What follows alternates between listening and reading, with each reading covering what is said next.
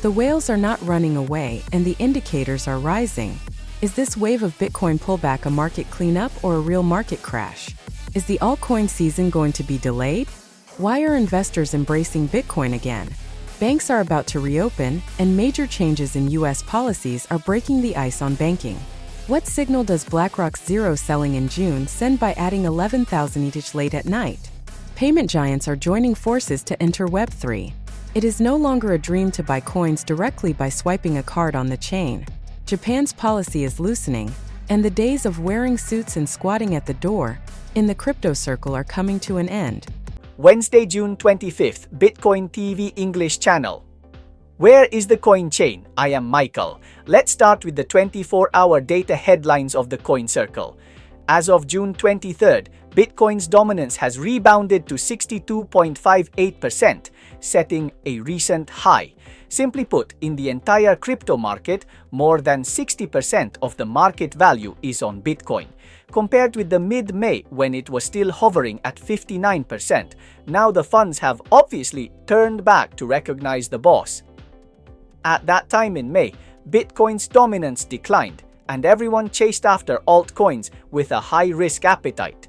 But now the situation has changed, and funds have flowed back to Bitcoin.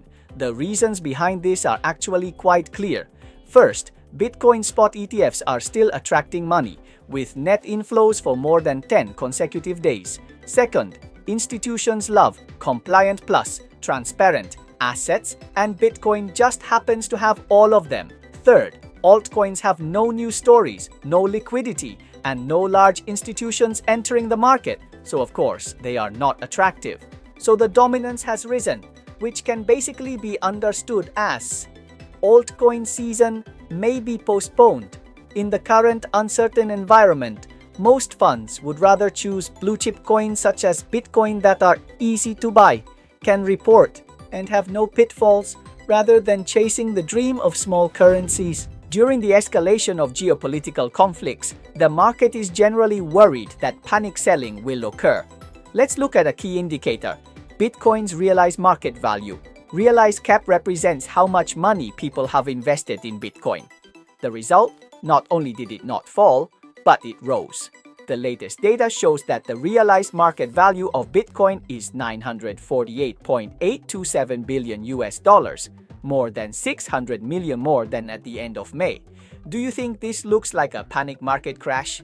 Not at all. It is clearly buying at a discount. It shows that the market is not panicking at all, but has stabilized. If it really collapsed, the realized market value of Bitcoin would have plunged long ago. Now, not only has it not decreased, but funds are constantly flowing in when it is falling. This is already very much like someone is taking advantage of the chaos to mess up the market. And when the panic orders are made, he quietly takes over and builds a position. So you see, the signals on the chain are actually very solid. The surface price is falling, but the big funds are not leaving at all. The news scares people, but the indicators on the chain are as stable as old dogs. Okay, let's take a look at the distribution of unspent transaction outputs (UTXOs). Bitcoin is still above $10,600. On the surface, it has fallen a bit, but the actions of whales and humpback whales show that they are not panicking at all. Whales holding 1,000 to 10,000 Bitcoins now hold a total of 3.645 million Bitcoins, and humpback whales holding more than 10,000 Bitcoins still have 1.627 million Bitcoins. Overall, their positions have basically not moved, and no one has run away. On the contrary, some big players secretly added some positions while the price was low, which shows that they are not panicking at all during this wave of decline and even think it is a good time to buy. Let's take a look at the group of people in the middle. The number of small and medium-sized wallets with 0.01 to 1 Bitcoin and 10 to 100 Bitcoin are all increasing, and it is obvious that they are sneaking in while the price is low. There are no large transfers on the entire chain, and no one has run away, which shows that this wave of decline is not led by big players. Overall, this is a premeditated cleansing behavior, and there is no substantial selling pressure on the chain. At this stage, it is not whales dumping the market, but more likely whales eating the market. Investors should return to the data itself and be wary of being disturbed by short-term price fluctuations. Please like and follow us to sort out the latest developments in the cryptocurrency, blockchain, and mining circles within 24 hours. Click the small bell to join the channel and become a member. You can receive the Member Wealth password from Monday to Friday.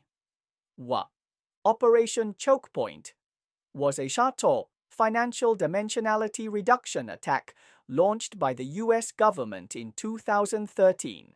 They don't sue you, arrest you, or legislate to ban you, but they secretly signal to the banks that the marginal legal industry is too sensitive and it's best not to touch it. As a result, as soon as the banks saw that the atmosphere was not right, they immediately dared not open accounts or lend money, and the legal but unwelcome companies could only be suffocated to death.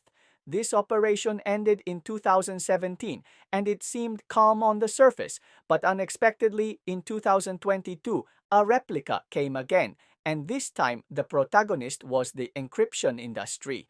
Web3 companies have not violated the law and the chain is running well, but the banks have collectively turned a cold face, refusing to open accounts, settle accounts, or raise funds, making the industry like a water and power outage. People in the industry simply joked that this wave is called Operation Choke Point 2.0. This is not enough.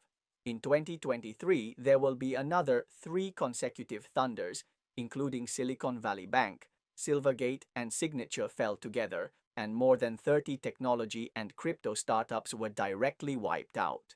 So, debanking has become a nightmare for the entire industry. You are engaged in future finance, but you can't even open a bank account? It sounds mysterious, and it's outrageous when you think about it. In 2025, this matter finally alarmed Washington.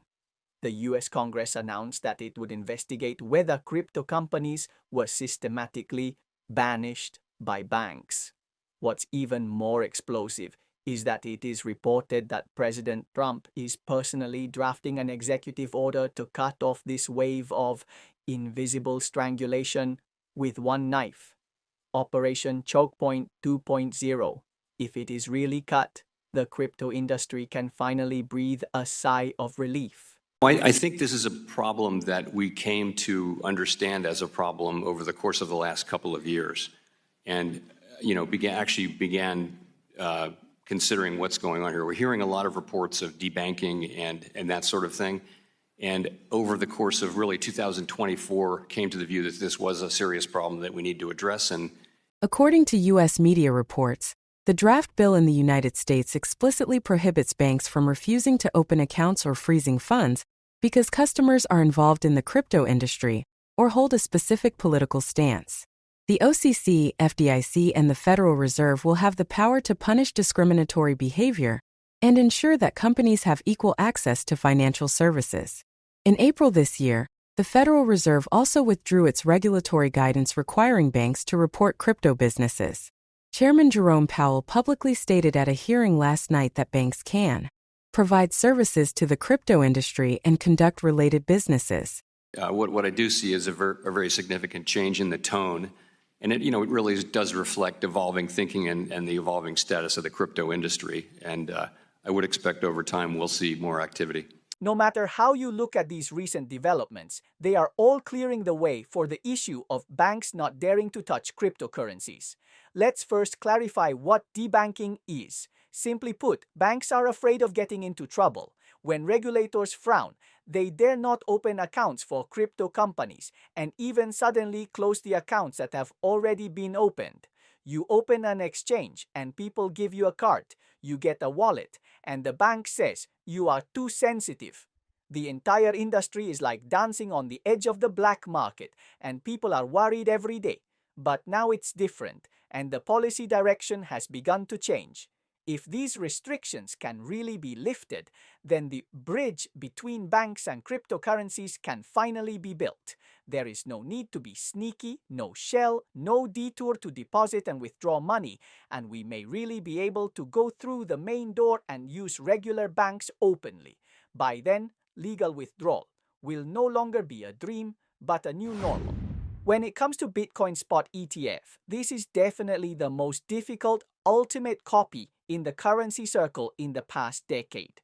From Grayscale to ARK, institutions rushed to apply one after another, but were either dragged back or rejected by the US SEC, which made everyone almost give up. As a result, in June 2023, the plot suddenly changed, BlackRock suddenly appeared, and an application was thrown directly on the SEC table, and the entire market exploded instantly. Because this is not a resume that anyone can apply for. This is the world's largest asset management company, and Wall Street's talker-level BlackRock personally endorsed it. The meaning is too obvious, even BlackRock has taken action, the direction of this game. It seems that BlackRock has decided to repair this bridge from traditional finance to digital assets by itself. And the future financial map, I am afraid, will have to be redrawn from this moment. ETFs, they've brought access to these assets, which many investors clearly have wanted and have been excited to get the opportunity to hold through an ETF, and brought that into a regulated environment into these wrappers. There's a ton of demand from our clients clearly to be able to access the leading crypto assets. According to Chain data, BlackRock increased its position again on the evening of June 24th, buying 11,185 Ethereum at $27.2 million. Since entering June, it has accumulated more than $750 million in ETH, and there has been no record of selling for the whole month. The only action was the transfer of 8,172 ETH to Coinbase on June 23rd. The latest data from Arkham shows that BlackRock Wallet currently holds 1.65 million ETH, with a total market value of approximately $4.08 billion. Ethereum has given the market another small sprint today. It once touched $2,482 in the early morning and is now standing guard at around $2,450. To be honest, behind this wave of rise, there is a giant who is really busy, that is BlackRock. Don't think it is just buying Ethereum, it is firing 3 arrows at the same time and attacking across the board. The first arrow is the famous Bitcoin spot ETF, iShares Bitcoin Trust, IBIT. From its launch in January 2024 to now, it has absorbed 650,000 BTC. The goal is to directly reach 1 million by 2026, and it can't stop at all. The second arrow is to engage in tokenized funds, which simply means moving US bonds to the chain. The fund size has soared to $1.7 billion, and the chain finance is very good. What is the third arrow? Mergers and acquisitions and strategic investments, whether it is to engage in projects, buy companies, or invest in infrastructure, as long as they can pave the way, they are doing it. In summary, BlackRock is not investing in coins, but paving the main road of future crypto finance. From an asset management scale of $50 billion to US Treasury bonds on the chain, they are no longer just entering the market, but carving out a territory to rule the land.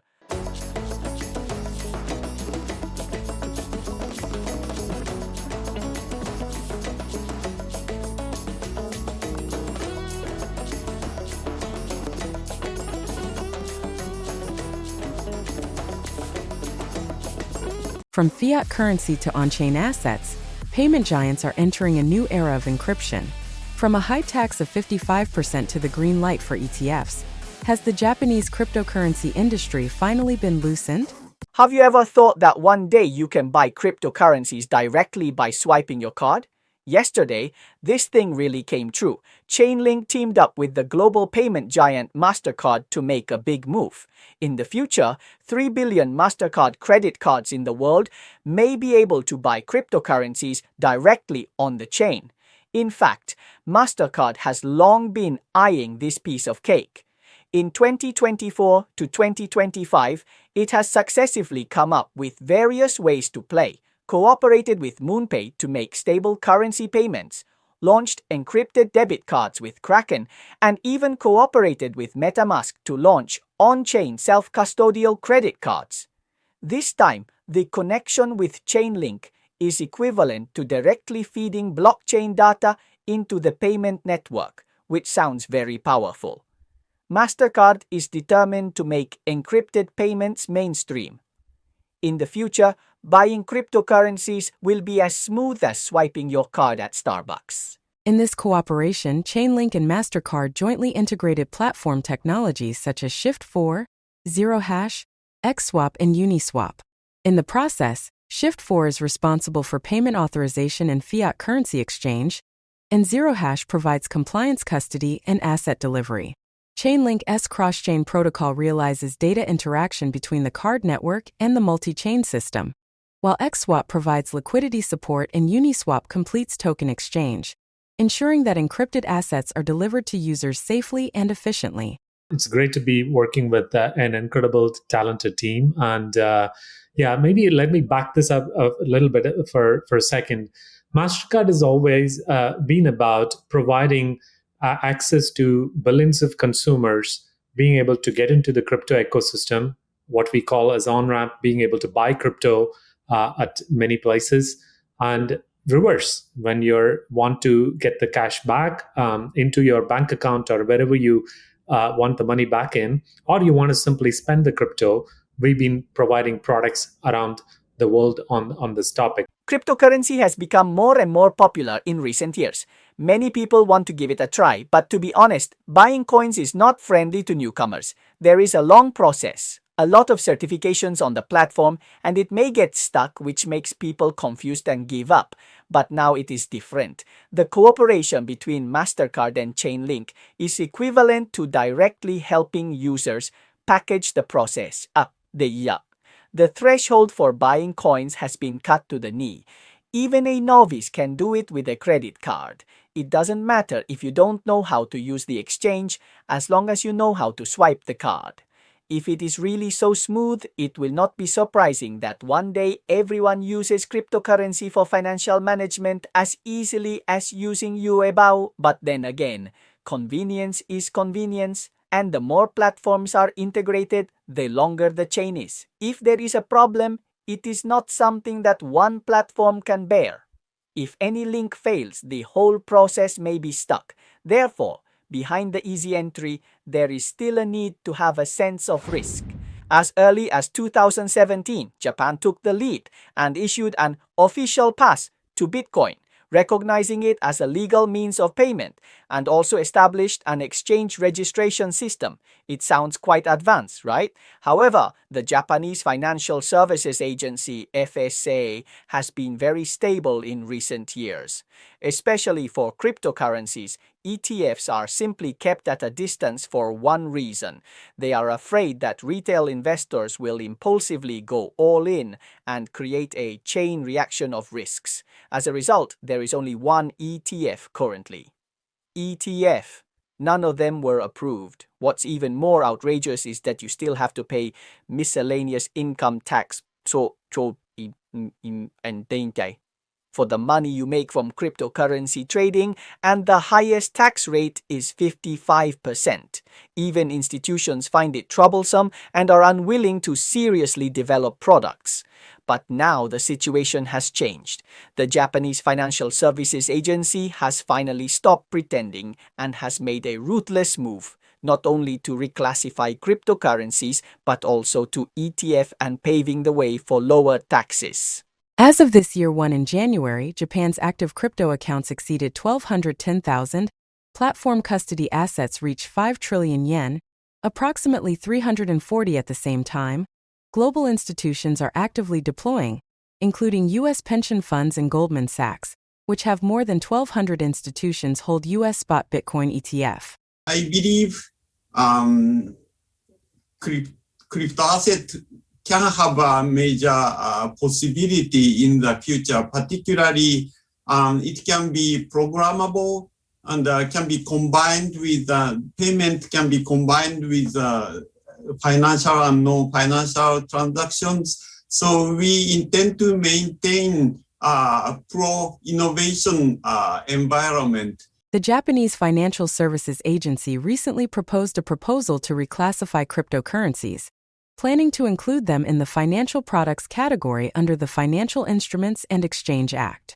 It also stated that if cryptocurrencies are reclassified as financial products, it will be a good opportunity for Japan to launch spot cryptocurrencies. ETF at the same time, Japan will lower the tax rate on digital assets to 20%, in line with stock investment, replacing the current high of 20%. 55% progressive tax system. I have to say that Japan really seems to have woke up this time. They woke up early before, but they were still hesitating at the door. The exchange is clearly regulated and payment has a legal status, but they have been stepping on the brakes on ETFs and taxes, making the entire crypto market like squatting outside the door in a suit. Now, even the director of the Financial Services Agency of Japan has come out to express his position that he wants to maintain an environment conducive to innovation. Look at the sentence. Crypto assets can be combined with payments, financial and non-financial transactions. This does not sound like the tone of a traditional official, but more like the opening remarks of a Web3 VC. When policy relaxation, tax rate reduction, and ETF opening happen at the same time, the road to mainstream crypto assets in Japan may really not be far away.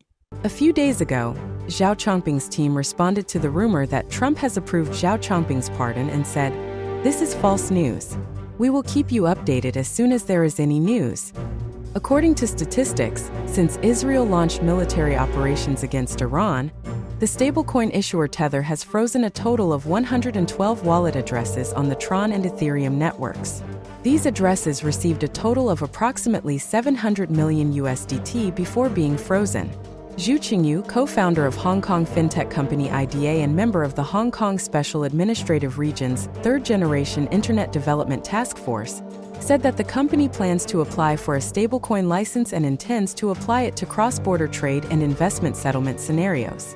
According to Lucan Chain Monitoring, Mrs. Trump's official meme coin Melania team has sold a total of 821,800 Melania through 44 wallets in the past 4 months, cashing in a total of 244,934 SOL, equivalent to approximately 35.76 million US dollars. The latest data shows that Bitcoin's average daily hash rate has dropped to about 661.26 down 10.68% in the past 24 hours, hitting a new low since October 18, 2024. Okay, the above is the main content of today's program. Our channel focuses on valuable news in the currency circle, chain circle, and mining circle. There are news information and in-depth special reports. If you think our channel is valuable, you are welcome to forward and follow it. You can also become our member and receive the member wealth code from Monday to Friday. Let us become rich together and add a zero to our assets in the bull market. See you tomorrow.